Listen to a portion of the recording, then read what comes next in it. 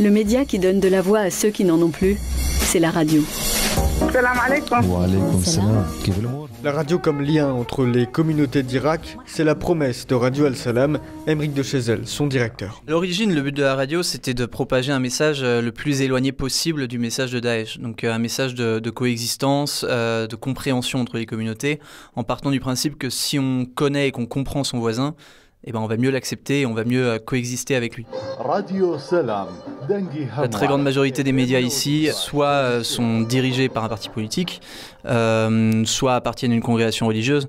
Notre but, c'est justement de ne pas avoir cet effet de dépendance là et d'en profiter pour porter vraiment des sujets qui puissent contribuer à pousser le pays dans la bonne direction, plutôt que de servir les intérêts d'un tel ou un tel. À Radio Al-Salam, 7 journalistes tendent leur micro à ceux qui veulent la paix. Bien que la radio soit financée par des ONG françaises, tous les journalistes sont des locaux, comme Samir Arboyem. C'est un très bon exemple de la paix en Irak, parce qu'un des problèmes dans notre pays, généralement, peut-être les communautés de différents coins, ils ne s'acceptent pas, tandis qu'au Radio Al-Salam, si on regarde, on vient dans différentes régions avec différentes mentalités, différentes cultures, et aujourd'hui, Radio Al-Salam est un très bon exemple de la paix et de la coexistence entre les communautés.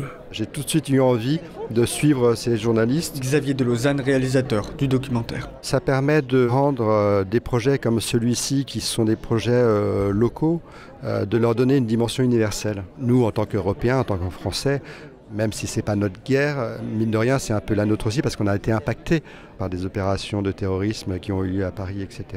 Et ça a aussi créé des traumatismes chez nous. Donc on est tous responsables dans le fait d'essayer d'avoir une vision d'avenir. Une vision d'avenir en commun que porte Radio Al-Salam depuis maintenant bientôt 8 ans. Radio Al-Salam.